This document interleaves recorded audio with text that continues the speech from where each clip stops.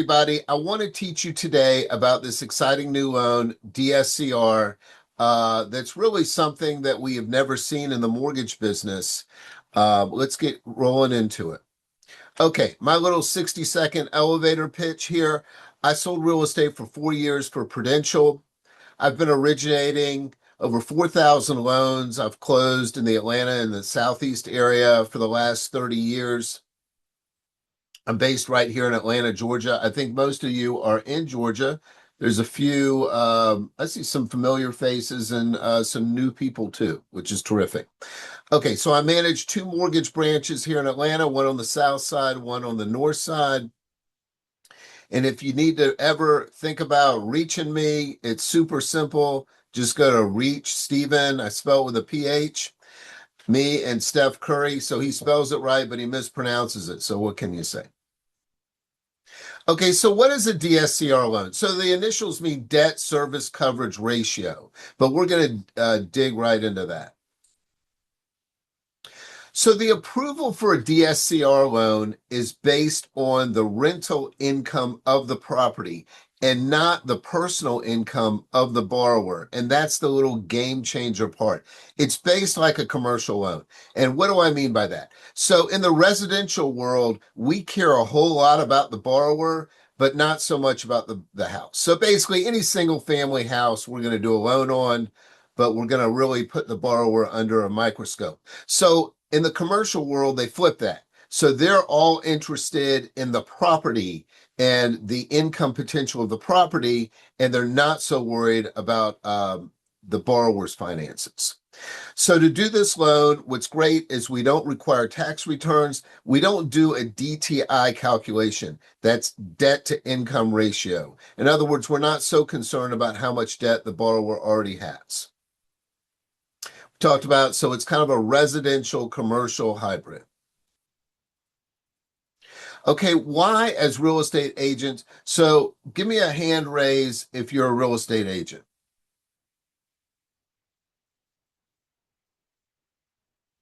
Okay, so that was the easy question. They get tougher from there. I'm just kidding.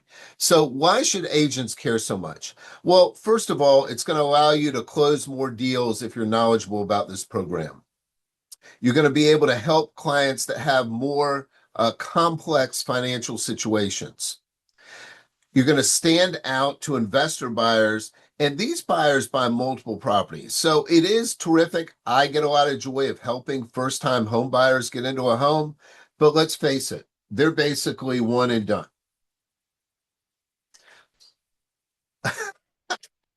I'm showing a new person come into my assistant, but Jessica's like on top of it in 2 seconds. I shouldn't even do that. So anyway, so investor borrowers are terrific because I've got some that do a deal with me every other month. So they're not one and done. They're a continual stream of business.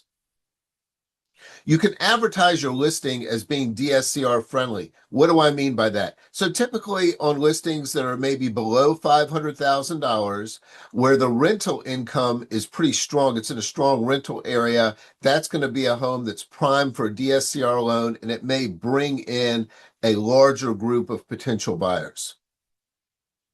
Why this matters now? Well, there is a crazy demand for rental properties. I would say that half the calls I get are for people that are interested in doing rental properties.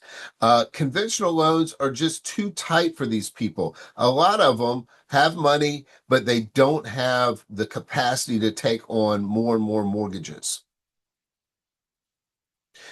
Agents need better tools to help buyers. Let's face it, there's a lot of agents, there's too few buyers. The ones that are knowledgeable, that have the tools in their tool belt are going to grab a larger market share.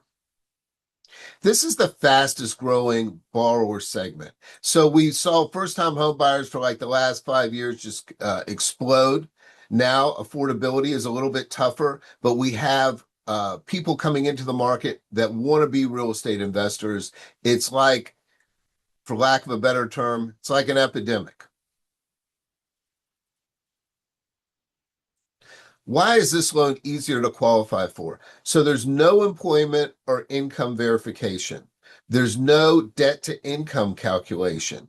It's great for it's great for first-time investors or self-employed borrowers. I get a lot of retirees, guys who used to make a lot of money, but now they're retired. They just get Social Security income. They've got some cash in the bank, and they wake up and they want to be real estate investors. LLCs are okay. Fannie Freddie have a little bit of an issue with doing a loan for an LLC, but it's perfectly acceptable for a DSCR loan. Gift funds are allowed. This is a little bit rare, but it is a thing. If the buyer wants to bring in a partner or maybe get a gift from their parents or whatnot, they can do that to get to the down payment. How it works. So DSCR is very simple. We take the rent and we divide it by the mortgage payment. PITI, of course, is principal, interest, taxes, and insurance. The A means you have to remember to add in the HOA dues. If you work with condominiums, that can be substantial. So DSCR loans are broken into different tiers, and these different tiers add to their flexibility. So 1.0, 750, or no ratio is allowed, and I'm going to explain exactly what that means. If the mortgage payment on the property is $3,000 and the rental value is $3,000, then you take 3,000 divided by 3,000, you get a DCR ratio of 1. Here's another little example. Let's say the rent's 3,000, the payment's 2,750, your DSCR ratio is 1.09. Does that make sense? That's the only kind of math that you really have to do with this program. Anybody has questions, jump in right now because I'm going super fast.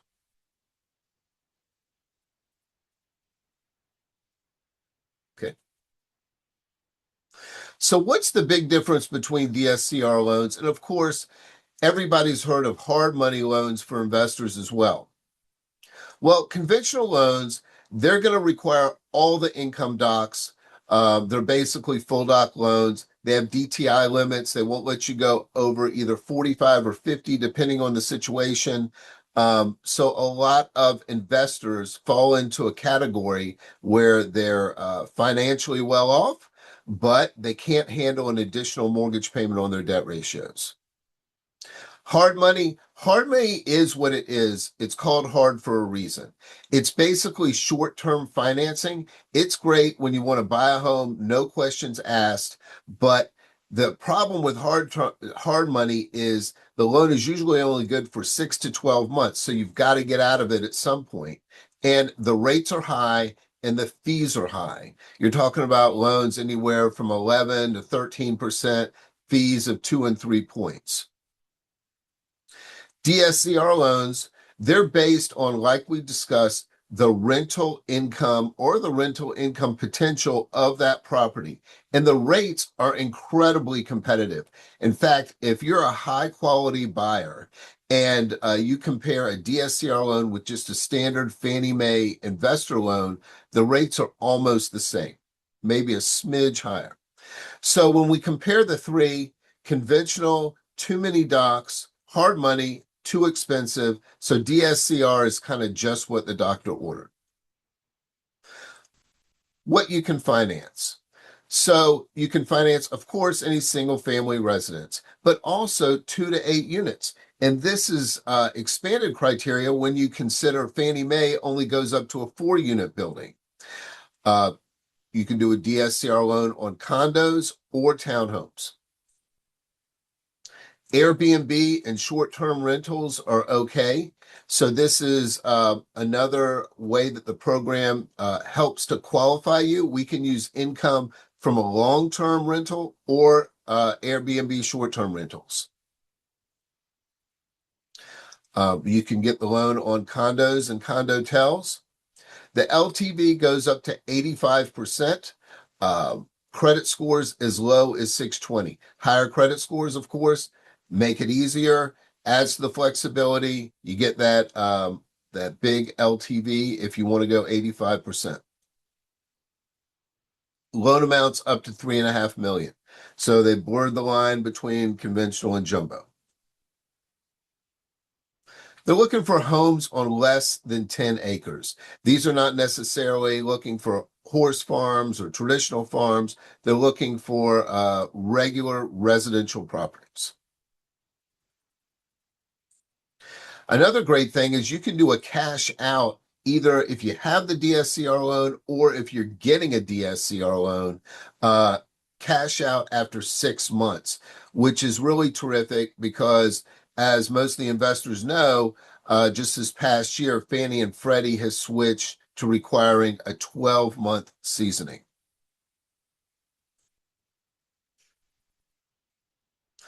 Okay, some red flags and property types you may want to avoid if you're looking to do a DSCR loan.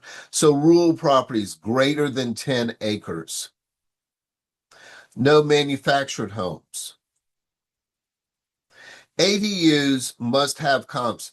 Does everybody know what the term ADU mean? Does anybody know? Accessory dwelling unit. So this is kind of like when you build a little house behind your house. Um, we used to call them in-law suites, but that kind of shows how old I am. The problem with ADUs is you have to have other properties that are comps for the appraisal. So I can tell you a story about a loan in Tennessee where the seller had gotten a zoning exemption to put in an ADU, which was terrific. It was perfectly legal. But then when we went to do the appraisal, there's no other ADUs in the county, and so that causes a problem. Okay, it must be investor occupancy. We're going to talk about some possible workarounds, but this program is for investors. Minimum loan amount 125. This is not a rehab loan. If you have investors that want to buy a home and fix it up and do a rehab, then what they're going to have to do is do a two-step process where they do the hard money loan to get the rehab money, and then we finance out of that. And a lot of times we finance into a DSCR loan at that point. Okay, we talked about figuring the ratios of rent to payment. That was our big math problem. So if it's less than 1, then the programs become a little bit more restrictive. They require a little bit higher credit scores or a little bit more assets. Okay, so here's some common misconceptions.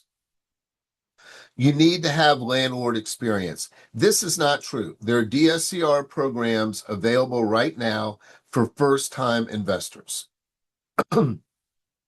You can't use Airbnb income.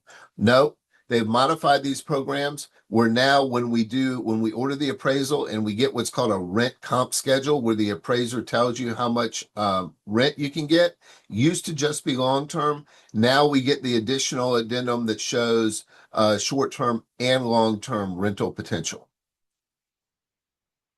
Okay, DSCR loan is just like a hard money loan. It is not. It is substantially cheaper. You must have a prepayment penalty. That is not true. In the state of Georgia, their lenders are required to offer a no prepayment penalty option. The rate's usually a quarter, 3/8 higher, but then the borrower doesn't have to worry if they get hit with a prepayment penalty. If you ask me, if they're buying the property, they're going to probably keep it at least a year. So I like to quote with a 1-year prepayment penalty so they get a little bit lower rate and it's not too burdensome to keep the property for 12 months. Okay. And the other common misconception are DSCR rates are much higher. To be honest, they came out about 3 or 4 years ago. They were priced a lot higher. Lenders didn't know where the risk level was going to be, but as of today, DSCR loans are priced incredibly aggressive, almost as low as Fannie Mae loans. Okay, what's the question? Are the appraisal, distance, and months sold requirements the same as conforming? So somebody asked if the appraisal requirements, as far as getting into the details about the distance that the appraiser is going to use and Months sold. and the number of months as far as age of the sold comps. I believe that they're going to stick to the same guidelines that they use for Fannie Mae loans. I mean, the whole the whole loan is based off of that appraisal. So I would say a lot of weight, getting an accurate appraisal is super important. Got another question. Is it- So, no, there are programs, believe it or not. I'm doing an investor loan right now for a lady who rents her home. Just by circumstance, she's now renting and she owns three investor properties. We're doing one of them a DSCR loan. So you do not have to own your primary home. Bring them on. Any other questions? I do have one question. This is Paul, but I'd Okay. rather articulate it. It's a little easier. We speak of the scenario of jumping from hard money to DSCR, but confirm the underwriting requirements are going to be different from hard money to DSCR, right? In that scenario? So hard money is basically almost no questions asked. I mean, I think if you have decent credit, you're getting the hard money loan no matter what your situation is. So I think your question is really, are the underwriting requirements tougher to get a DSCR loan? Is the borrower going to be in a situation where they qualify for the hard money, but then they can't get out of it? Um, Yeah, and I'll give you a specific example, really with just DTI. Like is hard money not looking at DTI similar to DSCR? Will they run into that?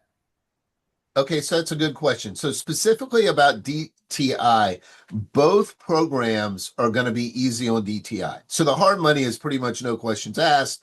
The DSCR loan, they're not interested in the borrower's debt to income ratio. They're going to be looking at the potential rental income of that property and how that compares. And like I said, the best rates are going to be if it's a 1-to-1 ratio, but there are programs out there that allow that ratio to be 75% and then all the way to no ratio, even if the payment is substantially higher than the rental income.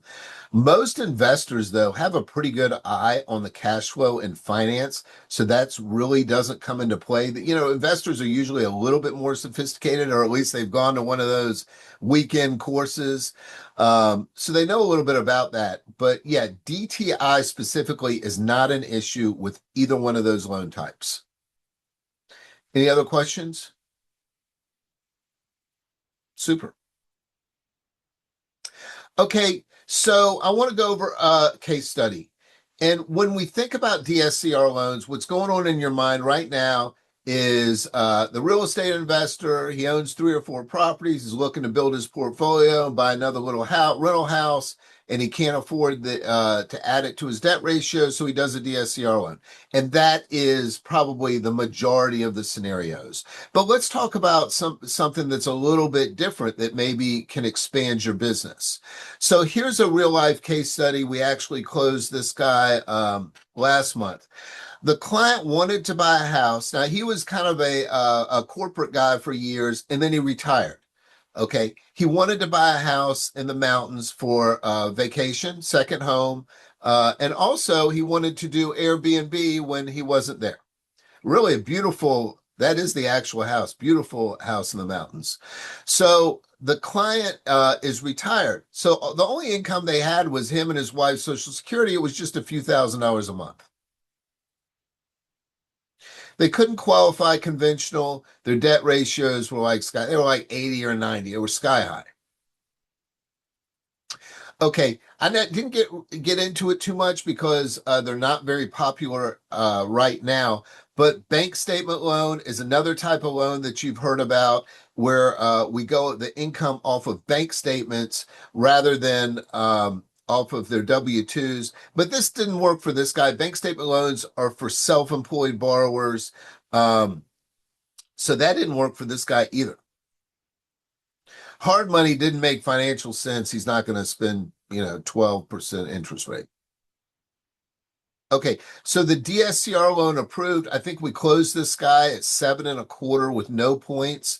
So really a remarkable way for this borrower to buy this, basically vacation home using a loan, a DSCR loan that's basically made for investor He's also may rent at Airbnb, so there's no, occupancy fraud or anything like that.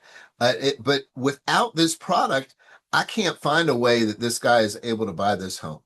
What's your go-to DSCR?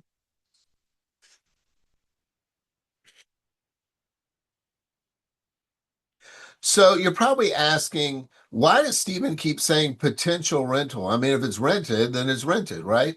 But what about properties that have never been rented? It could be new construction or just have never been rented before. How do we figure out how much rental income to use? Does does the buyer have to have like a lease ready to go? No, they do not. So what we do is we use the potential rental income that the appraiser comes up with. And what I do beforehand, and I do this for free for my agents, is I pull an AVM. We call it a canary report. It's a subscription service for us, but we're happy to do it. So in this one right here, this house was 1.3 million, and the potential rental value is $8,200 and 8,206 a month. So it tells us right there. Now, this is not the same as the appraiser, but we have found that canary reports are pretty darn accurate. It's going to be pretty close. So this guy, the retired guy, he had a pretty large down payment. So his payment ended up in the $5,000 range. So he was good to go, easy peasy. Okay, here's a completely different case study scenario. I had a client whose child's attending Kennesaw State out in Marietta. Is anybody familiar with Kennesaw State? So anyway, their housing, believe it or not, for one of those nice dormitories is $1,800 a month. And I was blown away because I knew college tuition was super expensive, but I didn't know they really stuck you with that housing expense. Does anybody have a kid in college or recently, years ago in college, you put them through college? Okay. I do. Okay. And what is the housing called? What school is it? Appalachian State. It's in the And mountains in Boone, North Carolina. what is the housing cost reasonable or is it crazy? I'm pretty sure it's crazy, but thankfully my son's on a full scholarship. Wow, that's terrific. Well, congratulations. Thank Okay. you. So, so the student, so you're thinking, if you're a lender, I know Marion's thinking kitty condo, just do an FHA with a non-occupant co-borrower, easy peasy. But the problem is the kid had a no income, which is okay, but he had bad credit. So we can't put bad credit on a loan in any way, shape, or form. So I could not do the kitty condo through the FHA with the non-occupant co-borrower. The parents had a mortgage and 2 car loans. They could not add another mortgage on top. So the parents bought a townhome with a DSCR loan. And even though the child is not paying any rent, it doesn't matter because we're going to go off of that potential rent that the appraiser puts on his appraisal, on his rent comp schedule. So in 4 years, they're basically, instead of paying the school for that housing in the dorm, they're paying themselves. So over the 4 years, they can build up enough equity. Maybe they buy a place for $275, and maybe it's worth $375 in 4 years. Maybe they clear 50, 60,000. Who knows? But that appreciation can help offset some of that tuition cost. So here's another case where we used a DSCR loan, and it was not your traditional investor guy building his investment portfolio. So are you starting to think about, hey, I could sell this loan to a lot of different people? Okay, so as an agent, you're thinking, well, how do I know, who's a potential for a DSCR? So here are some trigger phrases where you're going to say, hey, Stephen, this guy said this, check it out, maybe we can do a DSCR loan. I own a business. If they own a business, then chances are their tax returns are more complicated. I want to buy an Airbnb. So this is a classic loan that's going to be best if somebody wants to buy a short-term rental place. My tax returns aren't great. Okay, so that translated means I write off the kitchen sink and I don't show Uncle Sam any income. No problem with a DSCR loan. We're not even going to look at their messy tax returns. I'm buying in an LLC. So Fannie and Freddie are not too happy about doing a loan for an LLC. But on a DSCR loan, like I said, it's kind of that commercial residential hybrid. So we're happy to do the loan in an LLC. I've got some cash, but not much income. So this pertains to a lot of people out there, but for me, it's that retirement community where they quit their corporate jobs or their full-time job, and they're looking, hey, I could buy some rental properties, look after them, and continue to make some money. So there's a lot of retirees that fall into this bucket. Okay, so if you're looking to do a DSCR loan, the best thing to do is to call your loan officer. I'm a trusted DSCR expert. We offer fast approvals. Most of these loans are closing within 20 days. The guidelines are flexible.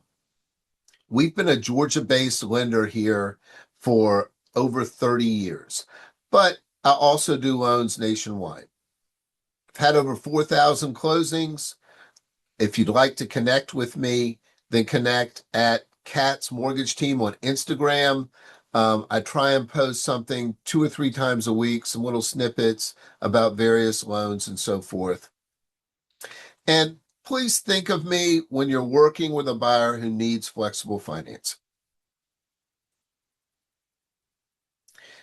There's my info. Any questions? Hey, Who learned? Stephen. Did you learn one thing? Hey, Stephen, I have a quick question. I know with hard money loans, typically they're interest-only loans. Is that the same case for DSCR? So there are some with interest only options. I mean, if you're paying 13% for a hard money loan, interest only is not going to save the day. That payment's still going to be pretty high. But I have seen a couple DSCR loans that have an interest only option. You and I are going to have to do a side-by-side comparison and make sure that they make good sense. Any other questions? Raise your hand if you learned one little thing. That was my job here. So I had one question, if that's okay. I Sure. just want Go to right ahead. know, the down payment is typically 20% on the DSCRs. Typically, it's 20%. Most investors are pretty prepared for that. Mhm. We do have a program that stretches to 15% down. Does that increase the interest rate? The interest rate is a smidge higher if they go 15% down. Okay. Hey, Stephen, to add to that, and that was a great question. I was going to ask that. What about the credit score? Does it require a stronger credit score if they're going to go with 15% versus 20? I believe that it does. Yeah, Okay. certainly if you just do 15% down, they're going to tighten that up. Yeah. Most real estate investors, I can tell you, fall into a category where they know they've got to have 20% down and they have pretty good credit. Um, their main problem is that income. A lot of them are like, yeah, I quit my job, I got a little cash in the bank, and I just want to do real estate. I get a lot of those calls. So I think you'll find the biggest hurdle for investors is going to be income and DTI.